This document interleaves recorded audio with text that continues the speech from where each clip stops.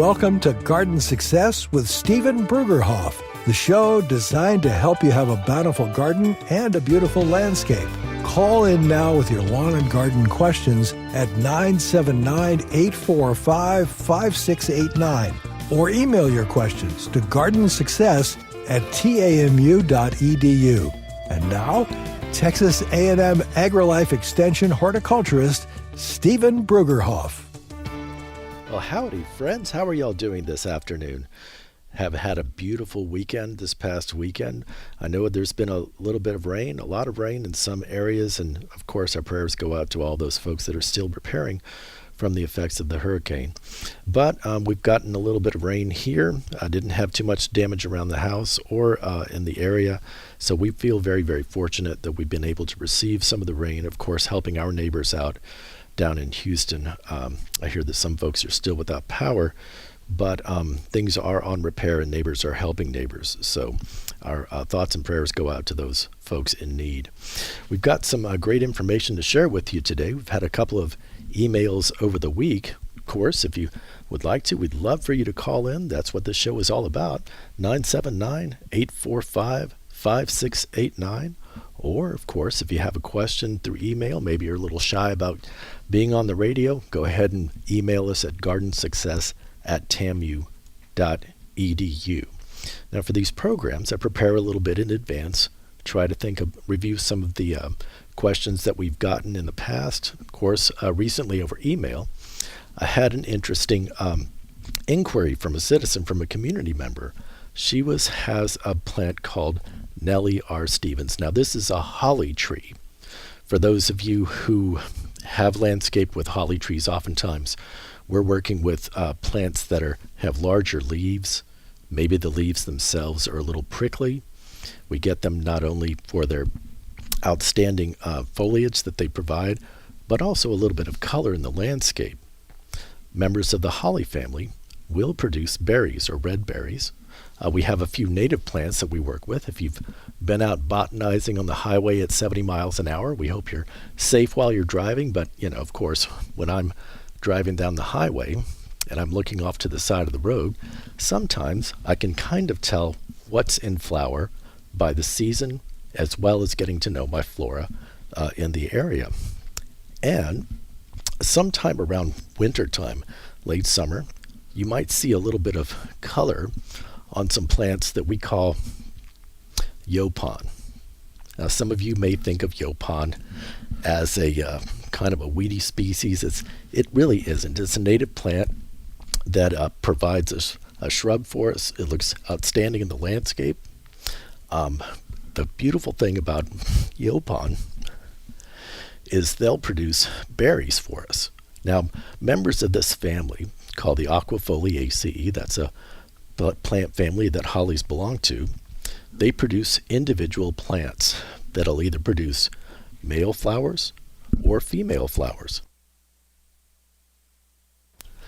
on one plant. And so what that means is each plant can be thought of as either a male plant or a female plant. Of course, the males are producing pollen, and the females produce female reproductive organs that produce the berries. They receive the pollen. So if you're traveling out along the highway and you see some Yaupon, you identify them and you see them at berry, we think of those as female plants, right? So this one particular inquiry was about a holly species in the same plant family called Nellie R. Stevens.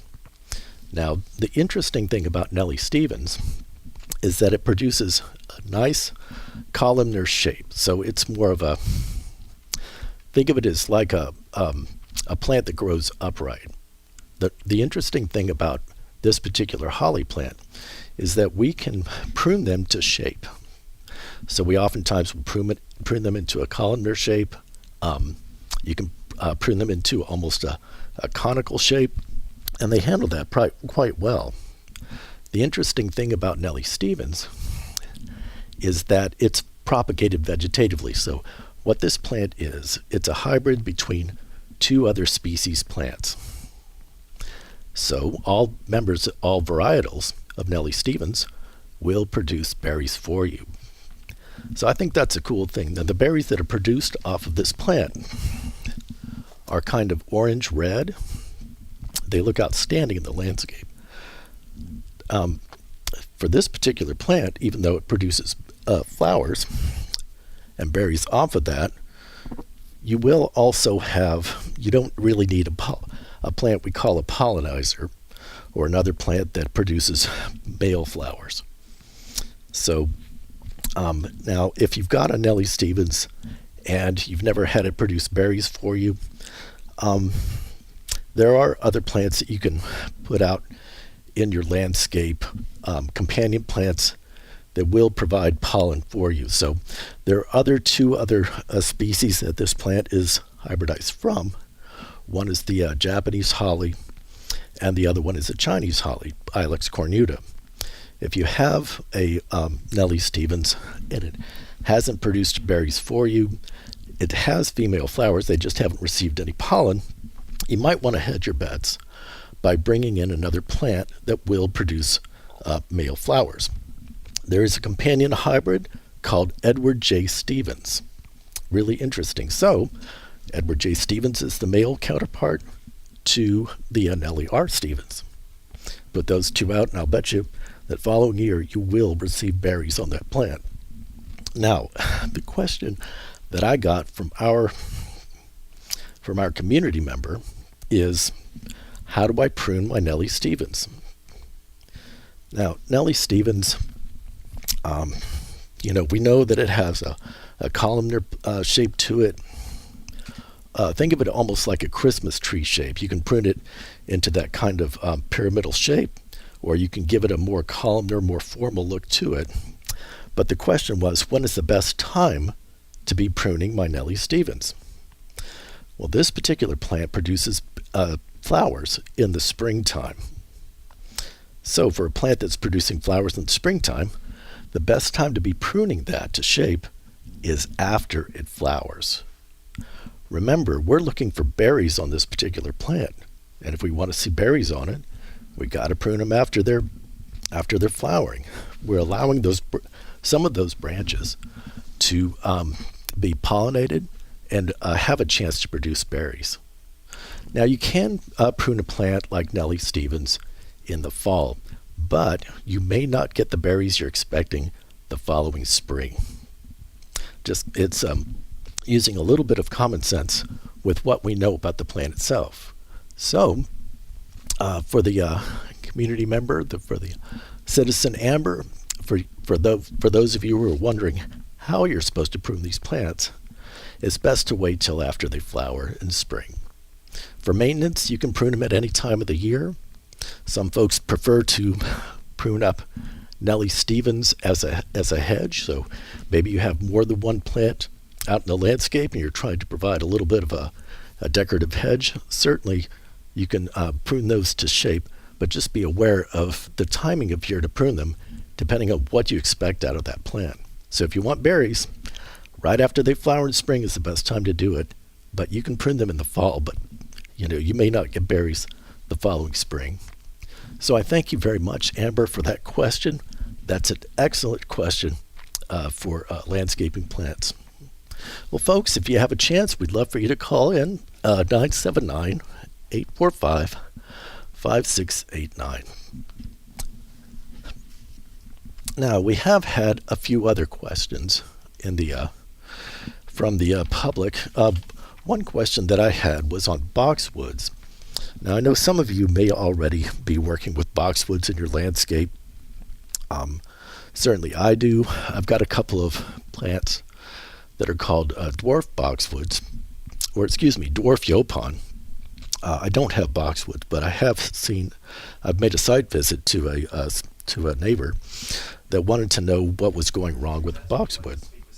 And we had another instance where this one person, the branches were dying back on their boxwood, and they said, what can I do to overcome that? Well, boxwoods, unfortunately, while they look great in the landscape, and you can prune them up to a decent shape, a formal shape, they do have some diseases that are associated with it. oftentimes the problems with that are fungal pathogens. The best way to manage that, of course, is to, if you're overwatering the plants, just to watch how you're watering those plants, making sure that they're planted originally, or if you've already got them planted, make sure they're in a place where they get adequate drainage, so there's no issues with standing water in those plants. And then if you see that there's a problem of fungal pathogen, you can address that somewhat. Now, if we use products that we think of as fungicides, certainly the fungicides themselves, for these, depending on the disease, they can have a limited effectiveness. When you think of fungicides, don't think of fungicides as a curative. We use those as a preventative. And so for plants that may be more susceptible to certain fungal pathogens like boxwoods, that means that you're going to have to get out there ahead of the time of season when we do expect fungal activity and spray those plants with the fungicides as a preventative. So for my neighbor, I told her, you've got some branches that are a little bit diseased. You're going to have to prune those out. You may consider replacing them with another plant like dwarf Yaupon. Dwarf Yaupon is excellent. They're cultivars that were developed from the species plants that we have around here. They work well in our soil types. So I told her you may want to consider putting in a dwarf boxwood. So thank you very much, of course, for those questions that come in through email. As a matter of fact, we have a caller. I'd like to welcome John. Hi, John. How are you doing? Good morning. My daughter Stephanie planted 4 of the Nellies. This is the 4th year, and they're about 4 to 5 feet tall and about 3 or 5 feet around. But she has not had any flowers or berries yet. Do they have to be a certain age before? She planted them as little plants. Yes, John, that's an excellent question. Yes, actually, Nellie Stevens and some other members of this plant family, they need a little bit of time to be able to be reproductive. So you got to give them about 3 to 5 years to do that. So you're spot on. They've got to get a little bit more maturity to them before they will start producing berries, flowers, and then berries.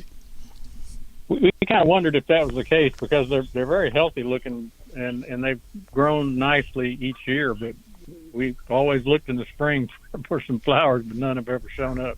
So I think you're right.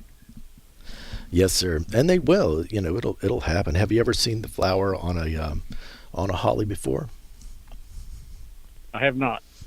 Well, they're little insignificant. They kind of hide behind the shadows. It's difficult to see, and they're really small little white flowers. But once they are in flower, you'll be surprised. Just listen for the bees. Bees are really attracted to those flowers, so they'll come in and they'll tell you when it's in flower. But again, wait till about mid-spring anywhere. I can't tell the plants when to flower, but you might want to start looking at the plants a little more closely. Late March, early April, for the particular plant that you have. We'll see the same thing in the native hollies as well. We'll be looking next year then for that. And we're up in Robertson County, and we have lots of Yaupon. The only complaint I have about Yaupon is they are slow growing. Yes, they are. So what do you think of the Yaupon? Oh, we like it. It was just a Yaupon jungle when the land was first occupied, and we've slowly cleared a lot of it, but left a lot of it too. So they're fun. We like the berries. The birds like the berries, so we get along. So I don't know if you've ever heard this, John, and I discussed it when I was co-host with Skip a few weeks back. But did you know that there's a recipe for making Yaupon tea? Mary, my wife, has said that. I've not partaken, but she says that can be done. I've yet to try it. Well, I've tried it, and the only advice I have is, a little sugar goes a long way. The tea, the tea's not that. I can imagine it'd be a little stout. Yes, sir, it is. And strong. You're right. Well, Okay, well, we're just kind of clearing out the garden. I mean, the garden is just about toasted now, so we're pretty much getting ready for the next season. yes, sir. It's the time of year to be doing that. That's for sure. And Well, what kind of okay, well, I appreciate. I'm sorry, what? Oh, that's all right. I have a question for you. Were y'all, as far as gardening, were y'all growing vegetables out? Yeah, mainly just vegetables, peppers and potatoes and we tried okra a little bit and potatoes, of course, are always good. Yes, sir. Well, I didn't hear the word tomato. You know, dadgum tomatoes. I did not. I fell down really badly this year on tomatoes, and I think it was really my fault. I think I didn't prepare the soil well, and I didn't have it tested, and I think I was short of maybe way short of a couple of things, and I had nice plants, but very poor tomatoes. Yeah, I And miss. I think also, this is an old garden plot, and through the years now, the trees have grown up around it, and I think I'm going to have to get serious about a chainsaw because I think I'm getting shaded out as well. Yes, sir. Some of those plants, like you were talking about, especially tomatoes, they need as much sun as they can get. Yeah, some of those things, you're right, need full sun, and this it's shady early in the day, and then it's shade late in the day, yeah. Mary sent you a picture of grasses that she planted, hoping that the deer would like it. The grass, but we don't know what the grass is. Did you get a picture to look at? Yes, sir, I did. Mary Pedigo? Yeah. Yeah. I got it. I looked at it this morning, and it's going to take me a little bit of time to figure this out. Okay. It looks like a really healthy grass, but it's not one that I'm very familiar with, so it's going to take me a little bit of time to research it. Okay, that's fine. We were just curious. She bought some seeds that were supposed to be that would attract the deer, like we needed anything to attract them. But Yeah. but failed to write down what the seeds were. So we think that's one of the grasses that was in that seed mix, and we just wondered what it was. Oh. It is, like you say, very healthy looking. Yes, sir, it is. Well, I'll give it some thought, and I'll get back to y'all on email. Very good. I appreciate your help. All right. Thanks for calling in, John. You bet. Bye-bye. Bye. Well, folks, we have another caller. Suzanne, welcome to the show. How are you doing? Hello, I'm fine. How are you today? I'm excellent. I'm doing really well. I ran up the stairs, so I was a little out of breath when I came in, but I'm doing much better now. Yeah, I could tell when you first started. It seemed like you were out of breath, but that's okay. We'll still listen to you. Oh, excellent. Well, how can I be of assistance? Okay. Well, I called last week, and you talked about a heat mat, like if you want to start your own little plant, like in I guess a cup. Well, that's what I have. I have like these little cardboard cups, but my husband said, well, you can't put those directly on the heat mat. Do you have a certain type of tray that they would sit on top of? Anything with a thin plastic will work, and the heat will come through that. So in our greenhouses, we tend to purchase materials that are made for commercial growing.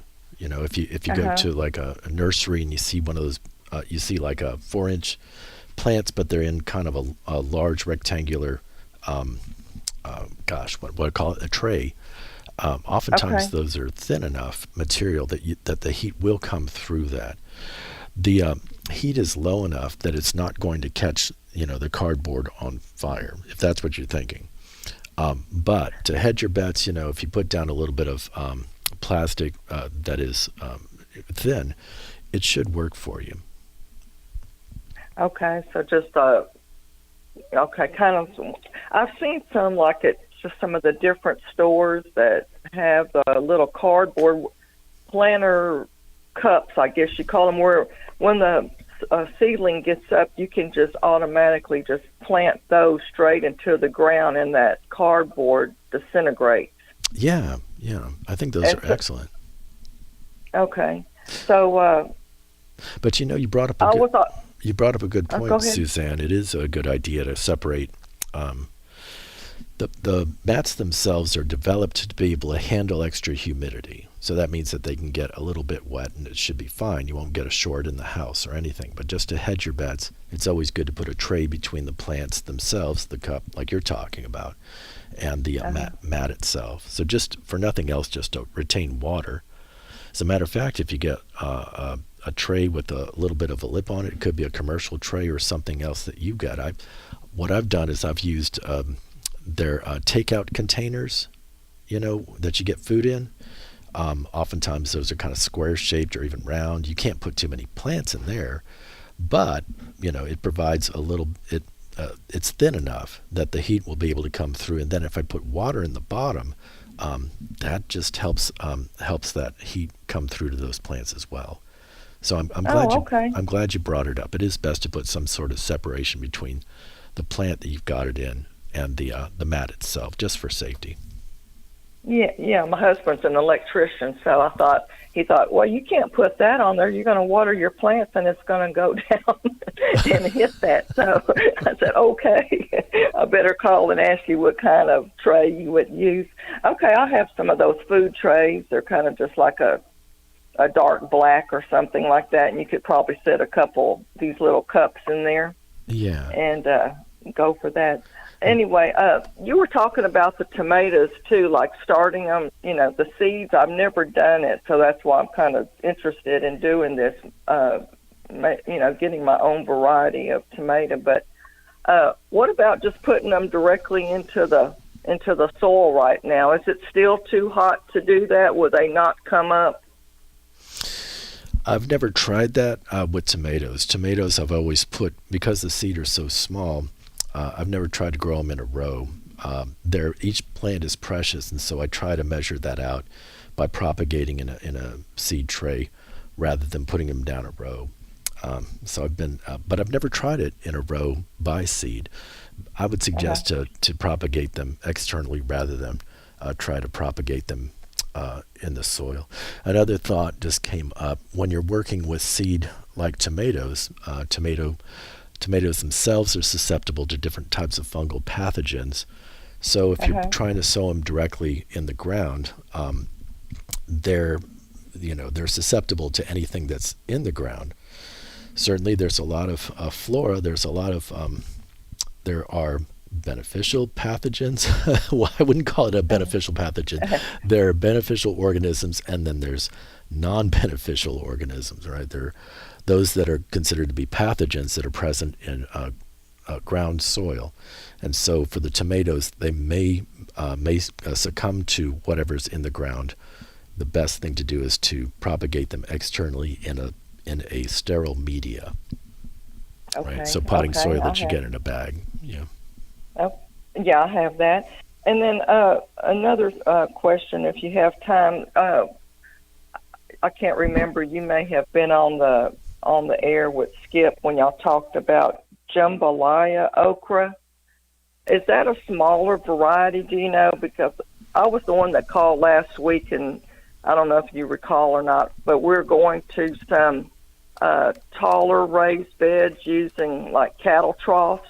I have some raised beds now on the ground, but the roots go directly into the ground, and I'm having a problem with all that nut sedge. So my husband built a platform to put the cattle troughs on to try to keep the nut sedge from going up into the container.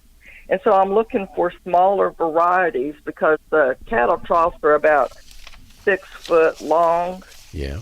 And I was just wondering if jambalaya okra, do you know if that's a smaller variety, or do you know of a website that I can get like smaller varieties, since I kind of almost call it like just a huge container, I guess, if you will, instead of on the ground or right now, what I have is 12-foot long beds, and they're like 4 to 3 inches wide, and they're a foot up off the ground. They're built with wood, and but that's what we're trying to do, kind of slowly. Plus, like Skip says, I'm north of 40, so the back. Trying to save the back. Oh, I understand that completely. You should have seen me at the house the other day trying to move my fruit plants around in 20-gallon pots. That's a no-winner. But well, I say not north of 40, but about north of 60. Real north of 60. Well, that's all right. We're coming to join you, so you're in good company. Let's put it that way. But as far as when you're talking about smaller varieties, do you mean the pods smaller or a smaller stature plant? You know what I mean? The plant itself. I guess the plant, because like right now, like what I have, like in okra, on one bed I have 6 okra plants and then 5 in another, and these beds are like 12 feet long. So I was just wondering, okay, I'm going to have to probably knock it down to 3 okra plants per cattle trough. And the cattle troughs are like 2 feet tall, 2 feet wide.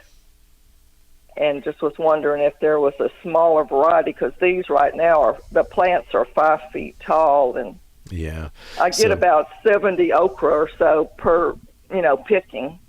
Yeah, I hear you. There's few varieties out there that are a little bit smaller stature. There's this one called Annie Oakley. There's another variety called Blondie, that may be a little bit smaller stature for you. A jambalaya, while it produces a decent sized pod, they have the capacity to get 5 to 6 feet tall. So, if you got the room to spare, they won't head up about 10 feet like some okra will, but it'll keep its pace at about 5 to 6 feet tall. So, I'd have to do a little bit more searching to see if there's any additional varieties that produce full-size okra pods but don't get that tall. There's this one called Baby Bubba. It's a hybrid. While I'm talking to you, I'm looking it up right now. But plant is baby size and only half as tall as other okras and perfect for a large container. Looks like it doesn't get more than about 4 feet tall at the most, maybe 3 feet. Okay. So it's a variety called Baby Bubba. Okay. The another thing, like when I looked up on different websites, like I think I was looking up the University of Wisconsin or something like that. Some of the varieties that they recommend, like for I guess container type gardening. I was just wondering if those varieties would really work here. Is there a website I could look up just for Texas? Like, I guess I'm thinking, do I need to go with container varieties or just stick with, just plant fewer and just use the same varieties that we plant here in Texas? I don't know if any of those varieties that they recommend are good for Texas. I understand.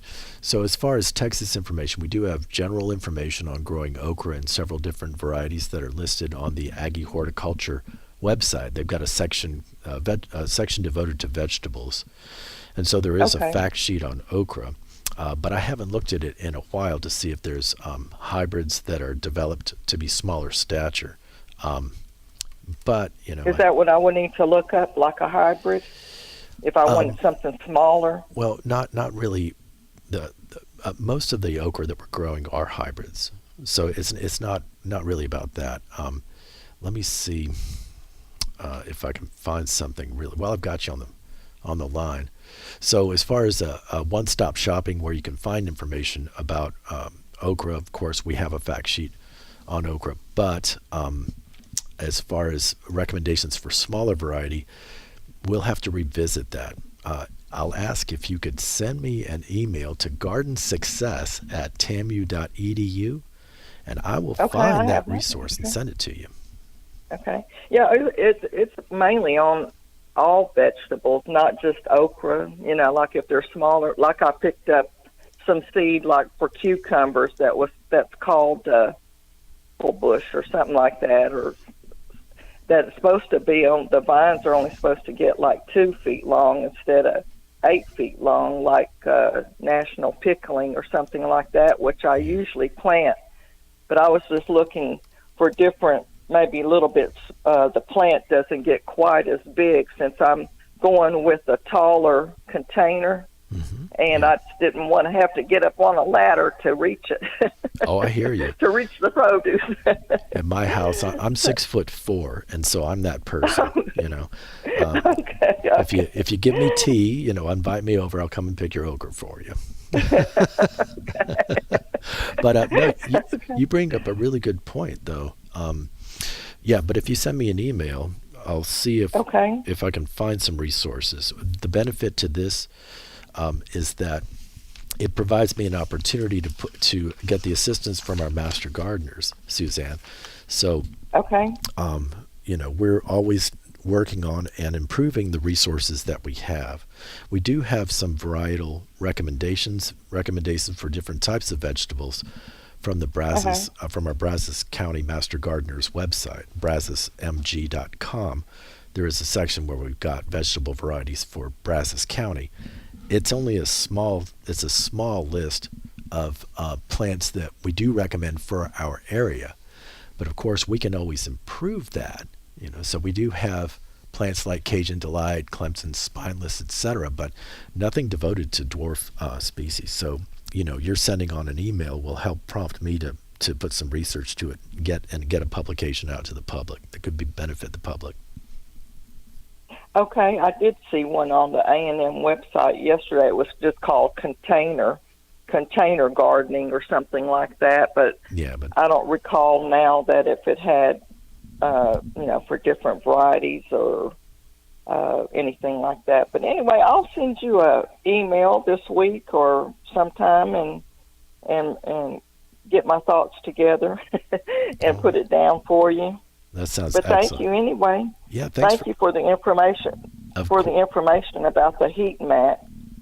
Of course. I don't Susan. have one yet, but I don't have one yet, but I was looking at them at some of the local stores and wanted to give it a try. So yeah, and they're not that expensive. Thank you for that.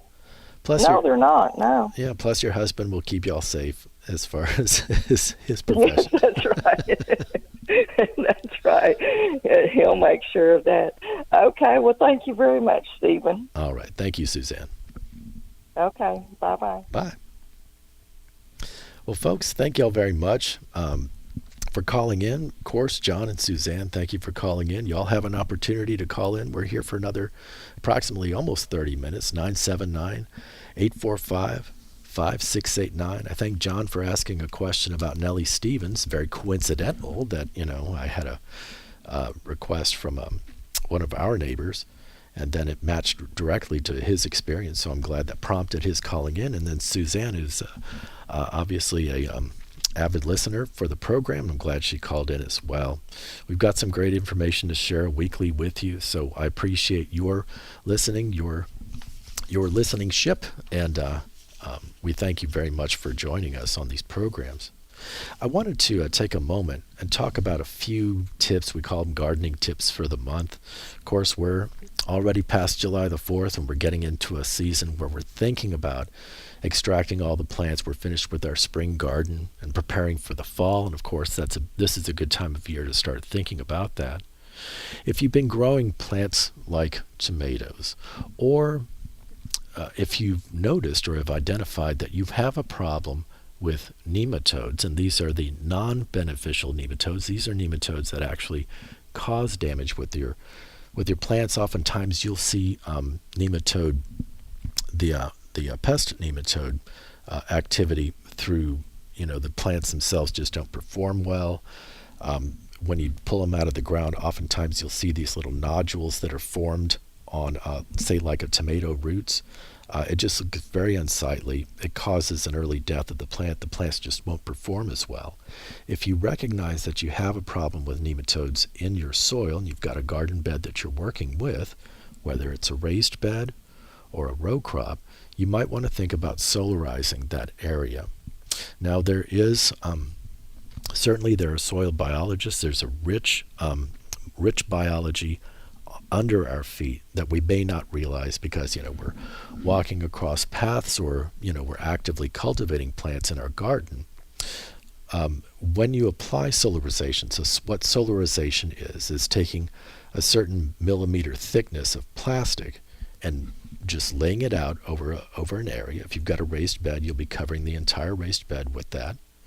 What we're trying to do is get good heat penetration in the soil to kill out those populations of nematodes. We're trying to reduce the populations of nematodes so that we will have less problems with them the next time we're out in the garden. So now is a good time to be doing that. Just take, I think it's 3 mil. You can take 3 mil plastic, stretch it out over the area, weight it down so it doesn't blow away when we get some of those winds. You might want to water the soil a little bit prior to putting the plastic down. And there should be enough heat penetration during our summer to help to reduce the populations of nematodes. If you're fall planting, we may not have the benefit of heating up the soil that we can with plastic. You may consider putting out a cover crop of a plant like I think it's called Yaupon rye. That will help to attract the nematodes to that particular plant. Once they're attracted to those plants and they're feeding on those plants, the thought is that you'll then turn those the grasses under, and once the plants die, the nematodes will die with them. So it's always good to apply a cover crop to those to those areas. Let them go fallow. Again, if you think you have a problem with nematodes, you're going to have to treat for that in some fashion. Now there are some products, pesticides that have been rated for use to apply to the soil to eradicate or reduce the populations of nematodes. I've not tried those, and I wouldn't really advocate for that. Again, try more non-pesticide methods like soil solarization, or even planting out a cover crop that would help to reduce those populations. Another thing you can think about as far as another tip for July, and of course water is always on our mind. I know we've gotten our lion's share of water recently, but we're going to be going into a period of summer where we may not get as much rainfall. So if you're into lawn maintenance, I'd ask you to think of lawn maintenance in slow-mo, right? Slow motion, it's a little play on words. Long grasses are going to possibly reduce growth while they're enduring increased summer temps. They don't go through a true dormancy, but certainly they do slow down a little bit. It's always best to keep your mowing deck a little bit high as you're mowing those grasses. Remember, anytime that you're mowing grasses, you're applying stress to that grass. If you're cutting them, if you're cutting a plant like pruning a woody species, that's a stressful action for that plant, and the plant sometimes will respond with extra growth. When you're doing the same thing to a lawn, when you're cutting the grass blades, you're stressing the plant out. You get a little bit more transpiration loss from that activity. We don't want to mow the grass so low that we're starting to scalp or affect the crown of where those grass blades are coming from. So it's always best to mow a little bit high.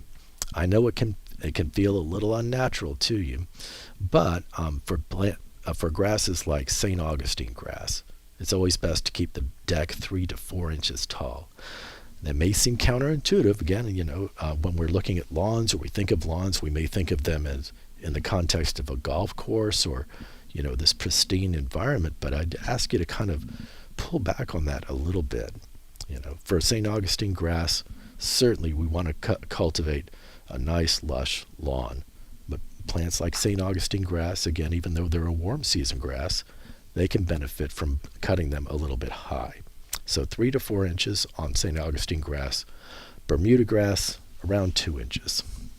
And always when you're mowing, follow the 1/3 rule when mowing, and avoid removing more than 1/3 of the total grass height at any one time. And again, we're just trying to reduce a stressful activity that we're applying to those lawns. All right, another tip that I can give to you is it's a really good time to get out and start looking for shade, right? If you're out on the lawn, and of course it's going to be a hot day, 93 degrees, maybe up to 100 degrees, shade is going to be your friend. But I'd also like you to think about your lawn or your landscape in those terms as well. If we're looking for areas that possibly need shade, this is a good time to make those plans for purchasing and planting and planning the kind of species that you're going to put into the landscape in the fall. Planting trees, not a good idea this time of year. You're going to want to wait till either late fall or even early winter or late winter to be able to put those plants in the ground. Fall is a great time to be putting trees in the ground. So right now, again, just go outside, look around your landscape, see a place that you think you may benefit from shade, and start planning and planting for that planting ahead of time. Now, you heard me mention a few moments ago that the Brazos County Master Gardeners, we have great information of different varieties that we recommend for our area. You heard me talking to Suzanne mentioning vegetable varieties, that we have a list of that on the Brazos County Master Gardeners website at brazosmg.com. It's a link at the bottom of the page, folks. But we also have recommended plants for our area. That's landscaping plants, trees, etc. So when you go to that website, there'll be a link at the top of the web page that's called Central Texas Gardening. When you click on that and then scroll down the page, we'll have different tabs where you can find information about flowers and shrubs for our area, herbs, that's one of my favorite group of plants to work with, lawns and landscapes, and then there's another tab devoted to trees. So we have a list of trees that possibly could work for you. If you're thinking about putting a large, slow-growing tree, you might consider a plant like bur oak. Bur oaks grow slowly. So when we talk about plants, trees, whether they're slow-growing, fast-growing, or medium-sized growing, if I remember correctly, fast-growing trees are going to produce 3 feet of growth or more. Slow-growing are those that'll grow, maybe extend their branches out up to about 1 foot per year. Medium-sized growth plants or medium growth habit is anywhere between 2 to 3 feet, and then of course those fast-growing trees are 3 feet plus. Bur oaks are thought of as slow-growing trees, so you may put a sapling out and not see a lot of activity. Think of it as a tree for your grandchildren, right? It's certainly, they're majestic trees, they're beautiful in the landscape, but you're going to want to have patience with them because they will grow slowly for you. There are other trees that grow a little bit quicker, like red oaks, maybe a medium-sized growth. So again, look out in your landscape. If you're thinking of trees, now is the time to be planning for that. This is a good segue to talk about a program that we're putting on in October.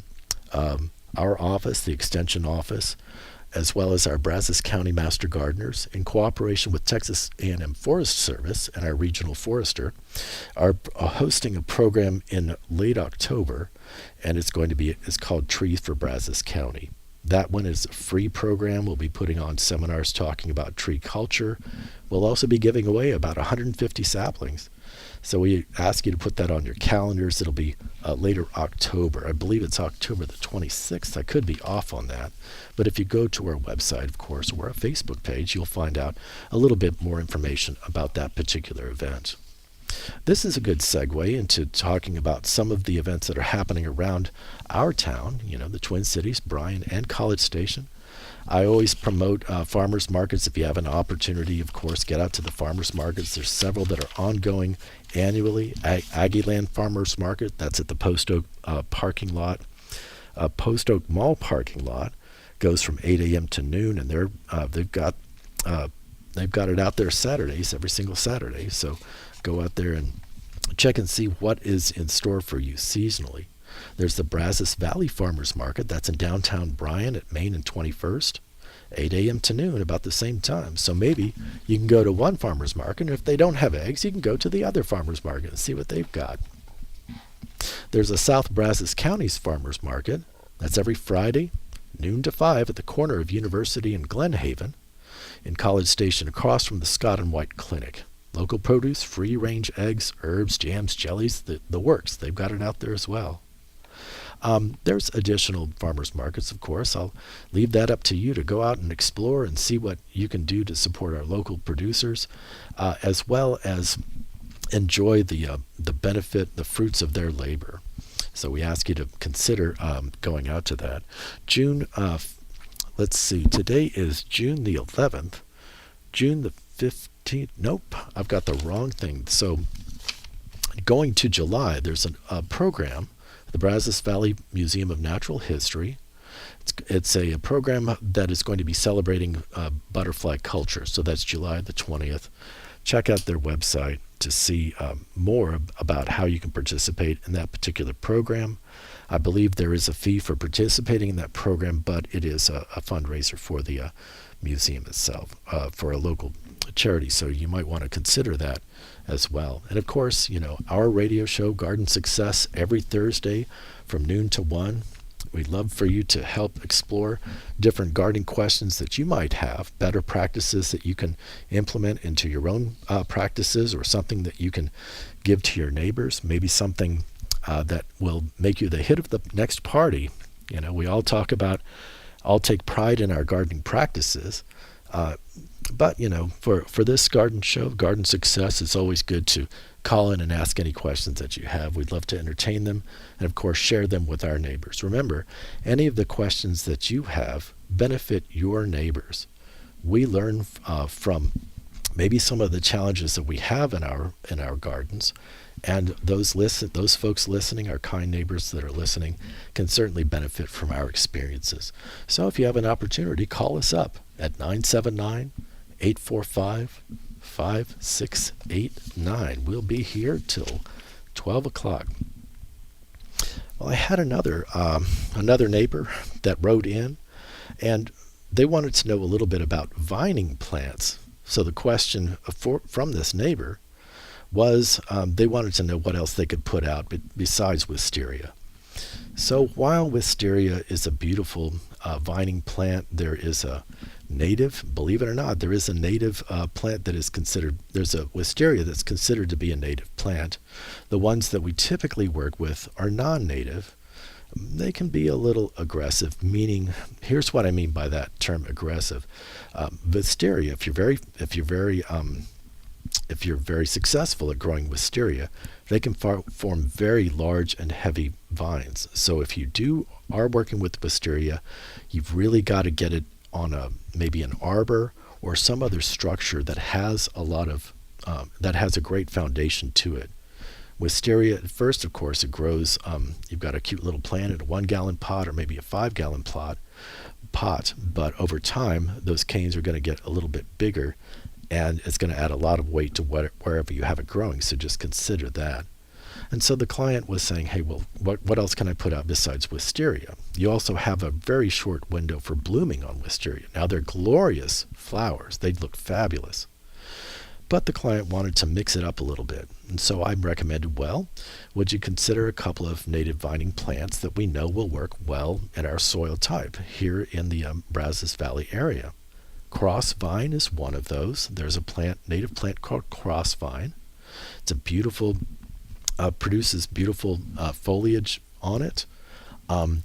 It, like wisteria, has a very short window for blooming, but when it does, it's just cascading these beautiful, large, orange trumpet-shaped flowers. Now, that shouldn't be confused with another plant called trumpet vine, right? So trumpet vine is a completely different plant than coral vine. So get to know those plants, look them up online. Of course, you can do a search for cross vine, either just generally online or go to the Lady Bird Johnson Wildflower Center website through their plant database, and you can find that, or the databases that we have associated with Texas A&M Extension Service. You'll find a good hit for cross vine and get to know what those two plants are and how they're different. Trumpet vine is a little bit difficult to work with because, again, it can get very aggressive, really large. Oftentimes when I see trumpet vine, I see it growing up a telephone pole. It's got beautiful orange flowers, but it's a little bit more difficult to manage, I think, than crossvine. So give crossvine a try. It's a good one. Now, as far as smaller stature vine that's producing flowers that are attractive to hummingbirds, I ask you to consider a plant called coral honeysuckle. It's another native shrub, another native vine, excuse me. The botanical name on coral honeysuckle is Lonicera sempervirens. That may or may not mean anything to you. That's quite all right. I love botany and I love taxonomy, so I really love these. The scientific names are applied to these plants. The common name, coral honeysuckle, I've never seen that interchangeable with another plant. I've seen some vines that my neighbors that are not botanists or horticulturists have called honeysuckle. But when you see a coral honeysuckle and you hear that name, you'll never forget it. It's a very unique and individual looking plant. The cool thing about coral honeysuckle, it's a vining vine. A vining vine. So I'm using those terms purposely. I don't know if y'all are familiar with a particular plant called five-leaf creeper, Virginia creeper. It's one that you'll actually see out in the landscape. It has 5 leaves on it, palmate shaped. They're compound leaves. They kind of look like 5 leaflets emerging along the vine. You'll see them growing quite vigorously in natural areas. That plant will put out what we call holdfasts. So they'll put out these tendrils on them that if you put it up against your house, if you really like the way a Virginia creeper looks, and you put it up against your house, it'll grow really quickly, really fast. It also tends to tear up your house, right? It puts out these structures that helps it to hold on to structures like the side of the house, even brick. So that can do a little bit of damage, and I would not recommend putting Virginia creeper up against your house. But the coral honeysuckle doesn't do that. It twines. It twines as it grows. And so what that means is you'll have to put it against some sort of an arbor or other structure, but you can easily manage coral honeysuckle. It's got a fairly moderated growth, so it doesn't get so big, or when it is mature, it won't get so big that it'll pull over your arbor. It certainly doesn't do that. But they have a fairly decent bloom time from spring to early summer. They're pushing out these smaller tube-shaped flowers that are orange and very attractive to hummingbirds, especially at a time when they're cruising through.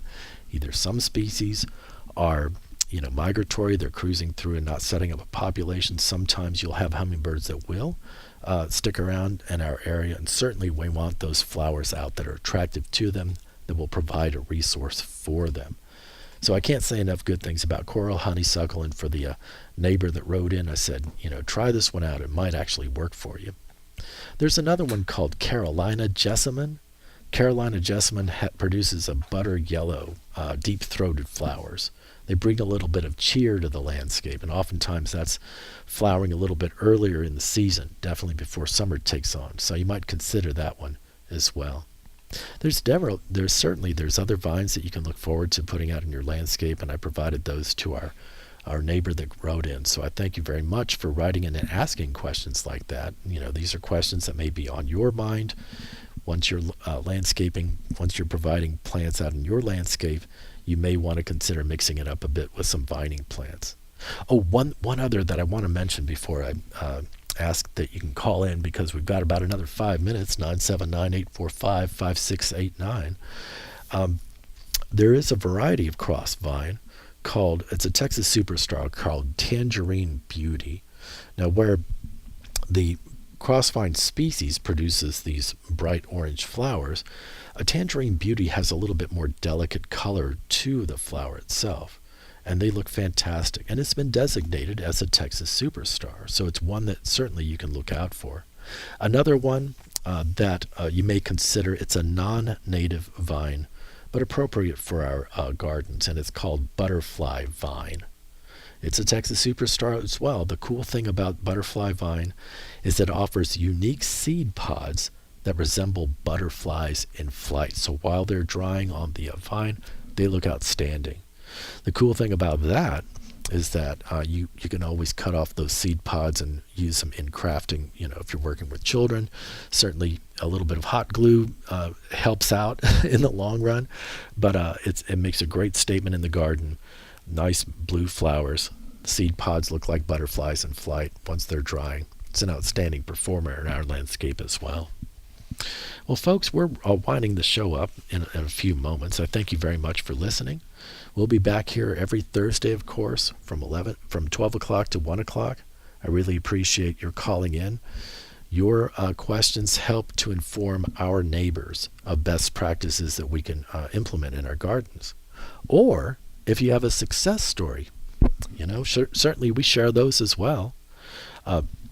The few folks that called in a few moments ago, John and Suzanne, of course, we talked about gardening with John. I asked him if he had any tomatoes. He said he missed his opportunity to get them in the ground or to work with them. And some of it is related to shade. Some of it possibly was just, just didn't have enough time to either raise them from seed or didn't get them in time to put them in the ground. We've got a little bit of time with tomatoes, but you got to make sure that, you get them in. If it's a spring garden, you've got to get them in late February to make sure that you get a harvest by the time you want to. So again, I thank you all for calling in. Thank you, John and Suzanne, for doing that. Of course, if you have any questions, we're here after hours as well. What I mean by that is you can always email in a question to gardensuccess@tamu.edu. We're here to support your effort. You've got skills. We're just helping to improve the skills that you already have. Don't forget to look out for some of our signature programs that are ongoing. Now, for our purpose, myself as well as our master gardeners, we don't have anything active right now that we have. We don't have any lectures that were planned for July. We're taking a little bit of respite from the heat and building up our programs to really kick them into high gear in August through September and October. Don't forget, we've got a lot of programs coming up in the fall. I like to think of the fall as our second spring, right? If you think of it that way. Certainly you're successful gardening in the springtime. We're kind of limping along in the summer. There's some plants that we can put in the ground and work with successfully, like okra, like cowpeas. I call them cowpeas. You might be able to get a few cucumbers out at this time of year. But we're looking forward to the fall and certainly cleaning up our gardens and getting ready, planning for our gardens in the fall. So I think of it as our second spring. It's another time of lush growth. Of course, roses will put on a great show for you in the fall. So we're looking forward to that. But in the meantime, right now it's just maintaining. So don't be afraid. Come on, call in. We'd love to have you do that. We look forward to seeing you next Thursday, and thank you very much for your support.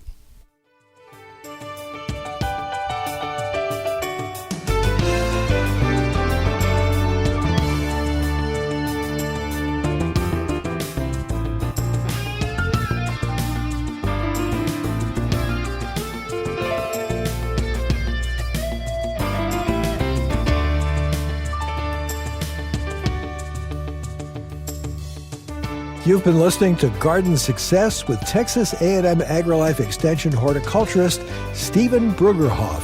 Join us again next week as Stephen discusses your questions about gardening and landscaping in the Brazos Valley.